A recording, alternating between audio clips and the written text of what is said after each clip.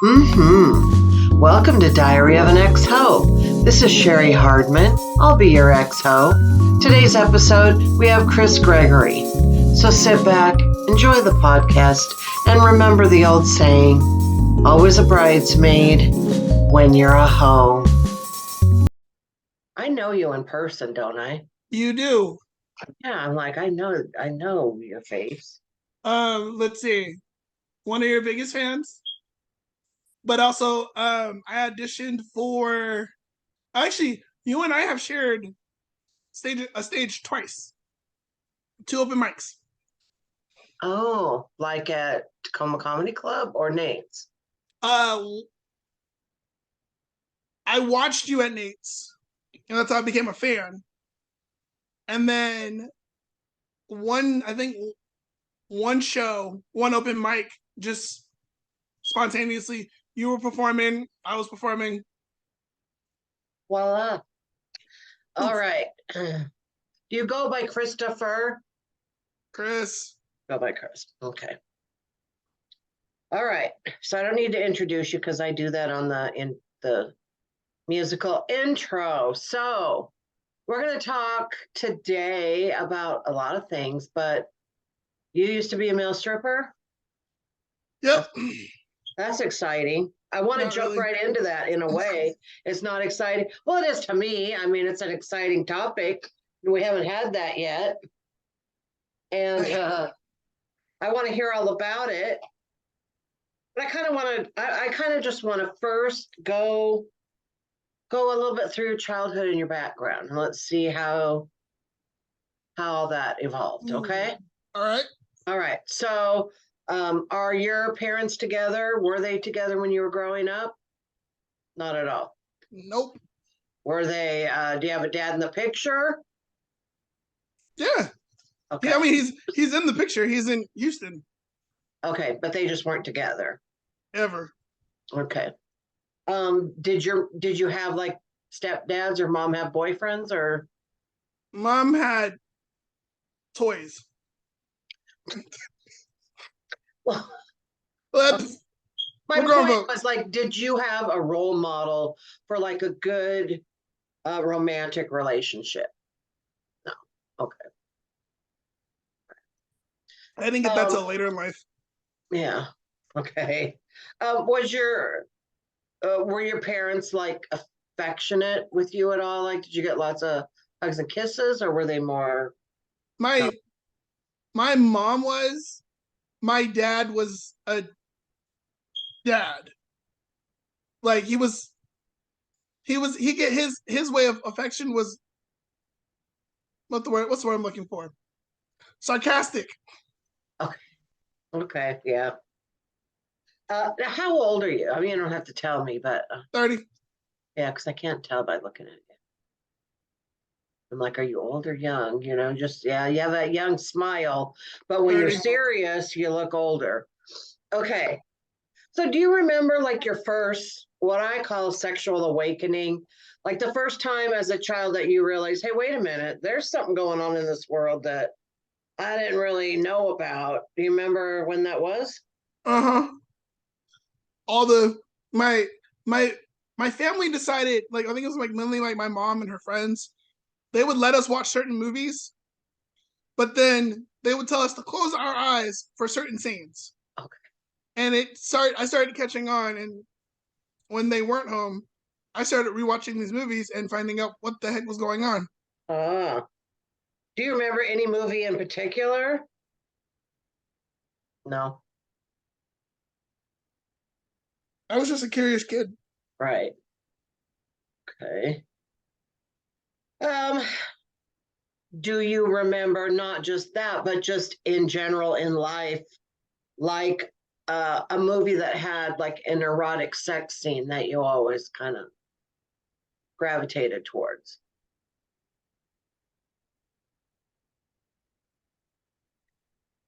Are you eating crackers right now? One cracker. Was that a cracker? Whistle. See if you can whistle. Okay. Anyway, go ahead. Nothing I can think of. No? Okay. Like, Mine, I grew up with a young mom, so like those 90s movies that had different scenes in it. Like we were able to watch the movie. She would just cover our eyes for the Right. erotic scenes. Right. All right. So, are you a porn person at all? Do you like porn? What are your like go-to categories? Ooh, BBWs. I love the girl. Can't help it. Oh, well. And they do it. And in my opinion, they do it better. You're my favorite guest we've had so far. No. This is a podcast. Like, if we're gonna be real, be real. All right. Okay. All right. So let's just get to it. We'll go back to the other stuff. So tell me about erotic dancing or whatever you want to call it and how you fell into it and what it was like. And just tell me all about it. One day on Craigslist, I was looking for a job. It didn't say exactly male stripping. It said, "Do you like to dance? Do you want to make money doing it?"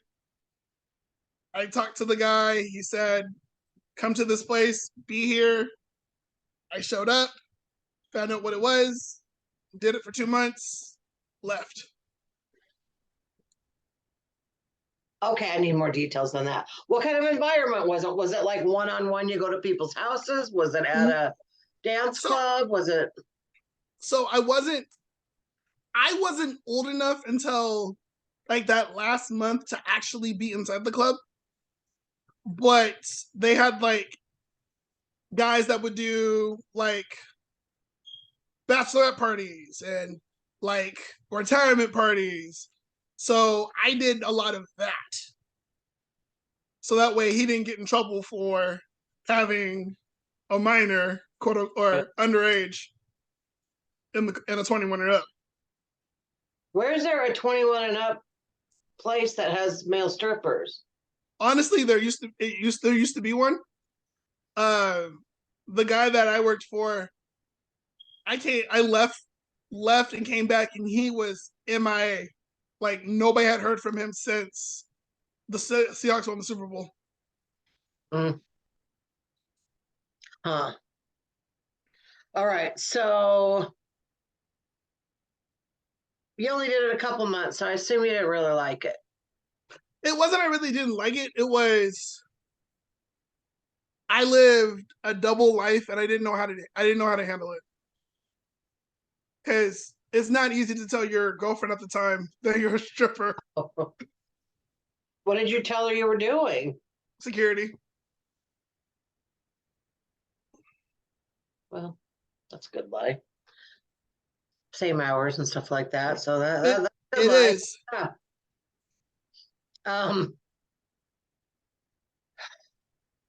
All right. So did women like, okay, was it for women that you were dancing? Mhm. Never dudes? I had a couple of them. They were fun. So were people constantly hitting on you? Always. Then they found out how old I was, and it made it easier for them to just keep hitting on me. So did you take any of them up on it? One or two. If you do it if you get on the weekend, sometimes I do it on the weekend, and I didn't want to go home, so I'd tell my girlfriend, "Hey, I'm staying at guy friend's house." Would get a hotel. Poof. Huh. Now I've seen a lot of male dancers in my day. Because I'm an old hoe like that. And I've seen everything from Chippendales and Thunder from Down Under, Magic Mike. Right. But there was also this group of dancers, strippers, whatever you want to call them. Is it like derogatory to call them strippers? I personally don't care because that's what I did, but I think male entertainer sounds a lot more professional. Yeah. Okay, well, there was this group of male entertainers, and they went around the Northwest. Oh God, I don't even want to say how long ago this was. Let me think about it. It was 25 years ago or something. Uh, And the first time I ran into him was at Muckleshoot Bingo. So before Muckleshoot was like just a big casino, it mhm. also had an upfront building that was just a bingo hall. And we'd go to the late night bingo. One night after late night bingo, it was like, oh, and after bingo tonight we have strippers. We're like, what? Like bingo and strippers. And so we stayed and we really liked the guys. They were a lot of fun. And so we kind of like groupied them, follow them around to the different places. And it was a lot of fun. I don't know why I'm telling that story, except just it was a lot of fun. It brought a lot of joy to my life, I had I've had I had one particular lady that she knew my schedule, so she would only come when I was working. So yeah, it was for me, it was just an innocent fantasy flirtation. I did have sex with a stripper once when I was like 18. aren't we I don't fun? know. It just was something. It was just some guy that I met, and that's what he did. And he just came over to my house and went down on me. But anyway, that was something that I always felt like I got to brag about. Where'd you go? Okay, what are you eating crackers off the floor now? Oh. All right. So, what's your definition of amazing sex? Anything where I don't get up for like 10 minutes. I need to recover and recuperate. Got it. Okay.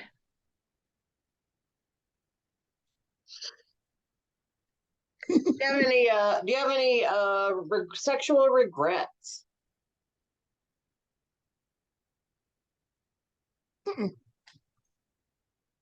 I'm very experimental, very adventurous. So don't knock it till you try it, right? So it is what it is, right? Okay.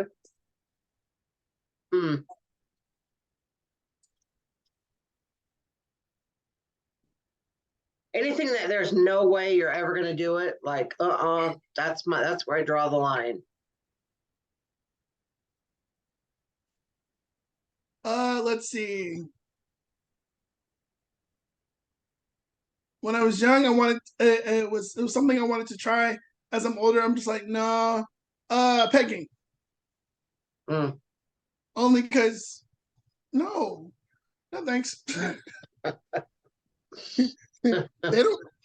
Women don't go small. They try to find the biggest thing and try to shove it in guys. No.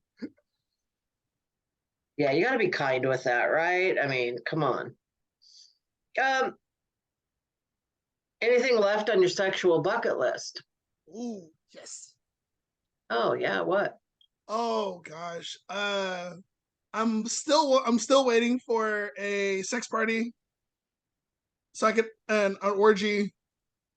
Um I'm still waiting for those like different like experimentals, like randomly doing it in a car. And then not like my car, but like somebody else is driving and we're having sex in the back of the car. Like little things like that, or full sex. Full sex. That's up there. That one's not as easy as you'd think. No. But apparently, according to a few friends of mine, if you go to the right places in Vegas, you can get it done. But I have to trust the water in Vegas first. Well, the thing is that water is like kind of washes the lube away or the lubrication away. So kind of a dry. Well, anyway. Have you had threesomes or a threesome? I have actually. With two women? Girl, guy.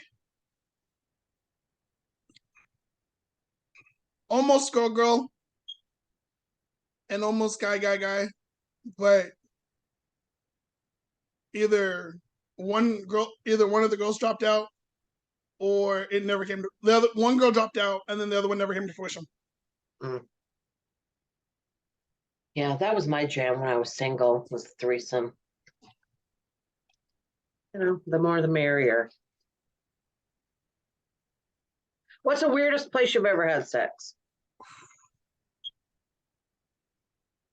In my high school. Where in the high school? Science hallway. How do you do it in the science hallway? Well, it's a long hallway. It's a long hallway, and the camera is broken. And if you go to the right, like you catch the right angle, can't nobody see you. And most all the science teachers leave at 3:30. Gotcha. I don't think that sounds very erotic, but I guess no. The fear of getting caught is always erotic. That's the beauty. There, right? All right, we went through this really fast. So you got any fun stories you just want to share with me? Sure. Let's see.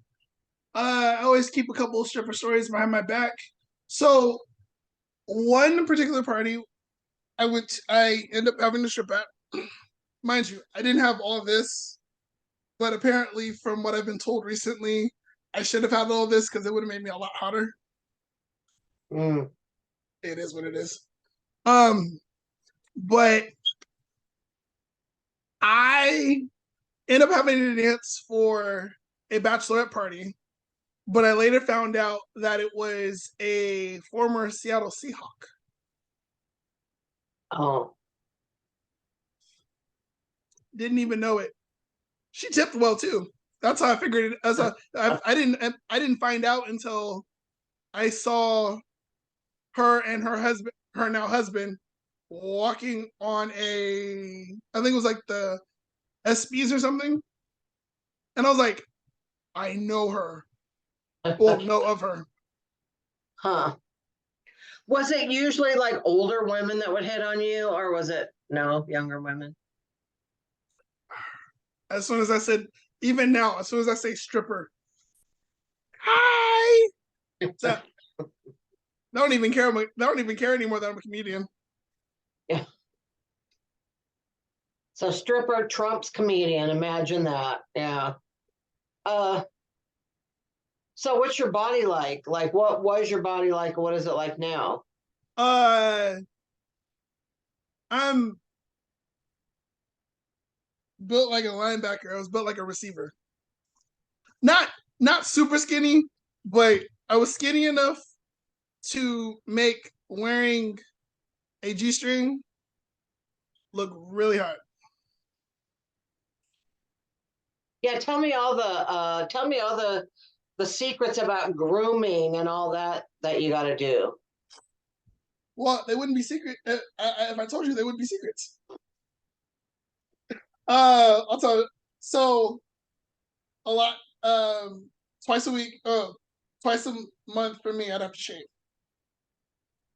and down because they wanted you clean shaven. Uh, I think baby oil became my best friend, and Yeah, strippers are slippery. baby oil is your best friend. And if you get nervous, do something. I had a guy that had been in the industry longer than me. He said, if you get nervous, find somebody and mind fuck them. I said, okay. Hmm. So those uh those things that the dudes wear all the time always make everybody look like they got a big dick. And you know, there's no way they all have big dicks.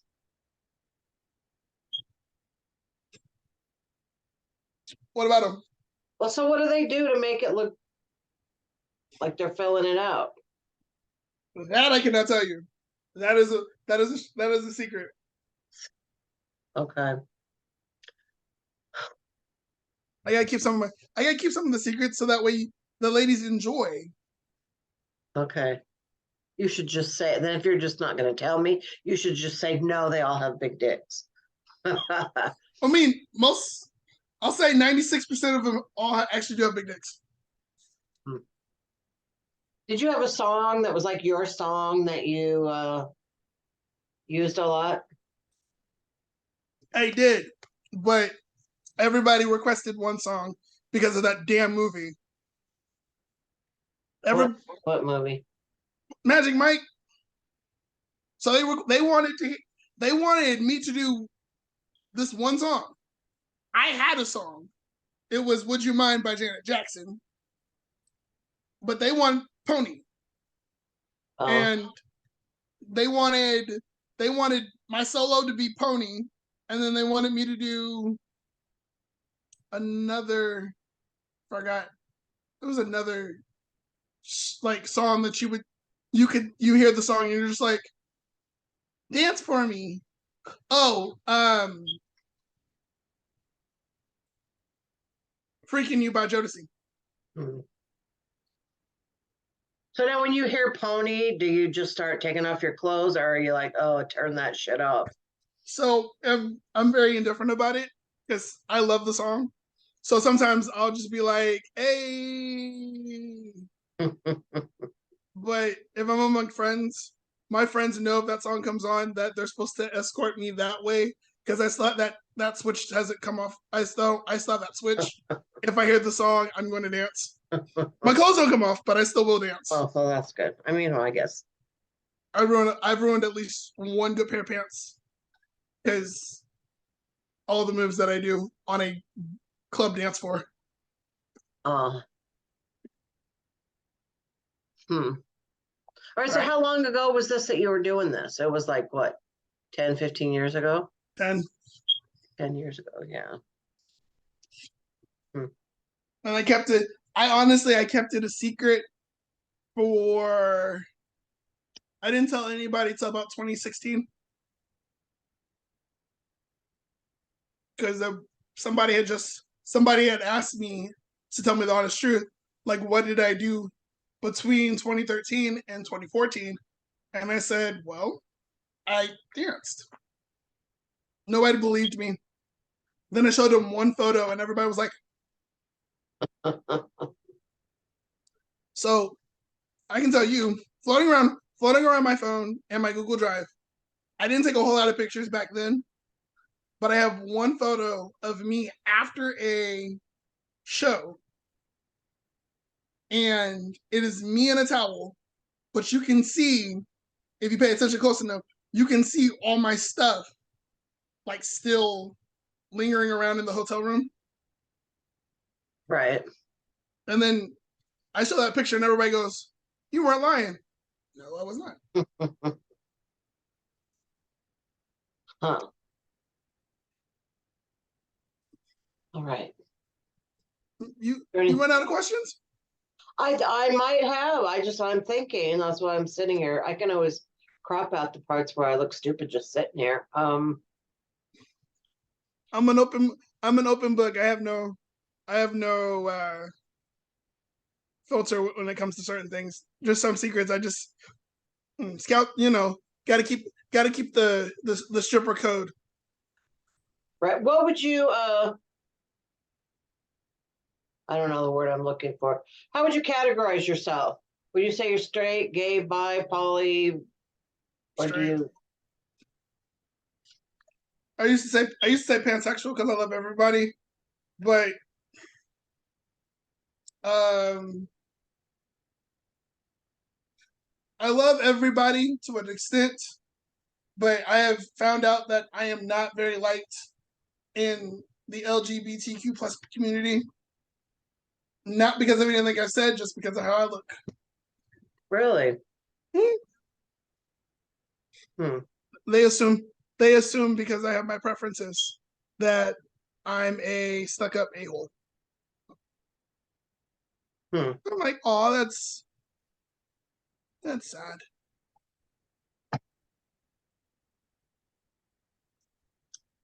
You have an interesting voice. Thanks. It's like high, but also deep and scratchy at the same time. So it's interesting. It could probably make for good, but it's probably good for comedy. It comes in handy, like for certain jokes, when especially we have to imitate somebody like my mom.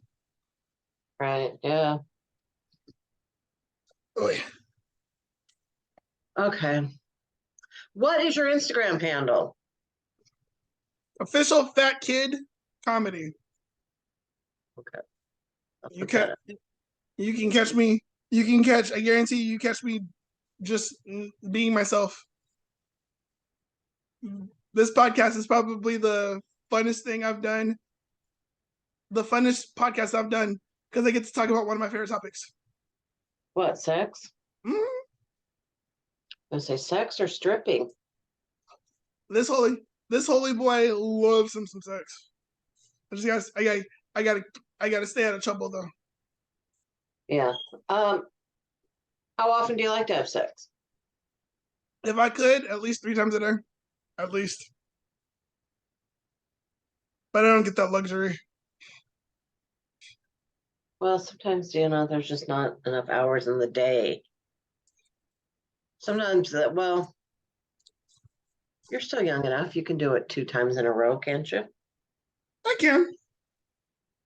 So there's 2, and then you just got to do another one later. Yeah.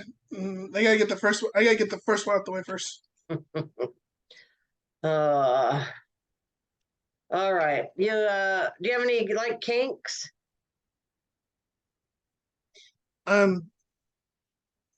Adventurous. I like inflicting pain, but I also like fighting, like play fighting. Really?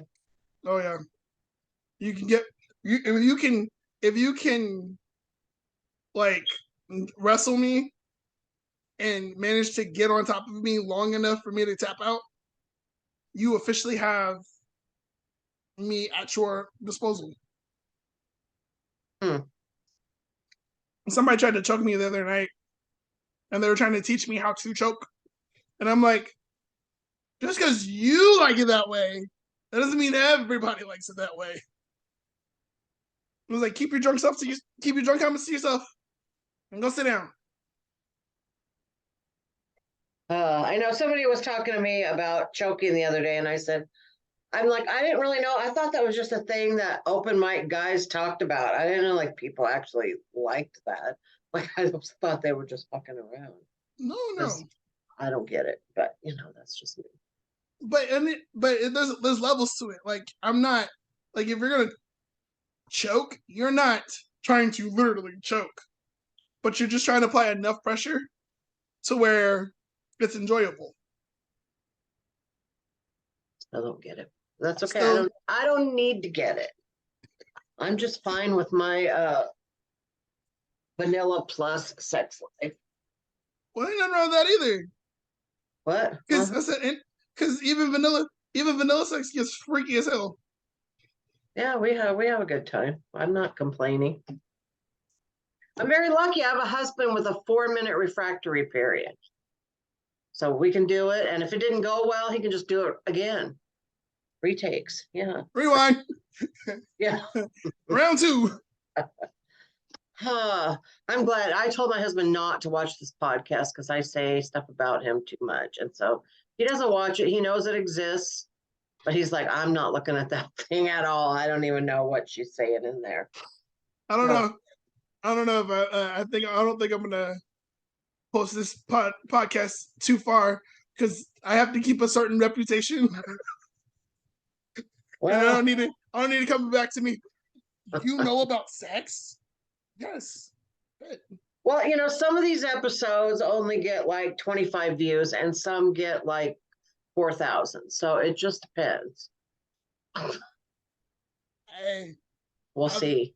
I think this is podcast number 6, and I think my average people watch this watch me do podcasts, and I think the average view is 50. I'm like, either you like me or you don't. Well, podcasts are tough. Everybody's got one, they're like assholes. But I don't do But everybody's they're not podcast. like assholes. I got to come up with something better. Because almost was something that almost everybody has. Well, almost everybody has a Facebook. Almost everybody has a TikTok. No, yeah. Almost everybody tries to do comedy. Seems like it, doesn't it? Well, I wish I could say that I used to be a stripper. So you have done something that I wish I could have done, but I guarantee you probably have stories for me that could trump any stripper story that I have. maybe. Like, again, I think you are probably one of the most interesting comedians that I've ever bumped into, because you will say what's on your mind and people feel it because they understand, especially when you roll up there. And these are my jokes. Mm-hmm. It's my mission really to show women in particular, doesn't matter how old or fat or disabled you are, you can still be sexy and you can still be funny and you can still do whatever you want, right? Right. So I'm gonna give you the best compliment. So the funniest Nate Jackson's funniest motherfucker. That's where I first saw you. Okay. We went to go see Broccoli Man. Oh, he goes by Broccoli Man now. Mm. But I went to go see him. He's an old friend of mine. Oh, and yeah. we saw you, I think it was either before him or after him. I turned to my partner and I go, she could get it. She goes, can you not? I'm like, I guarantee you I have no chance in hell, but she can get it. Good to know. Mm-hmm. All right. Well, I can't wait to see you in person sometime now that I know like who you are and all that. Just look Yeah. anytime you see Phat Kidd, know that if I'm not there, it has nothing to do with me not wanting to be there. I have a reputation to maintain. I'm still a college boy. All right. Are you fat, PH or F? PHATKIDD. All right. All right. It's been great talking. It's been a lot of fun. I'll see you around. Yes, ma'am. All right. Bye-bye. Bye-bye.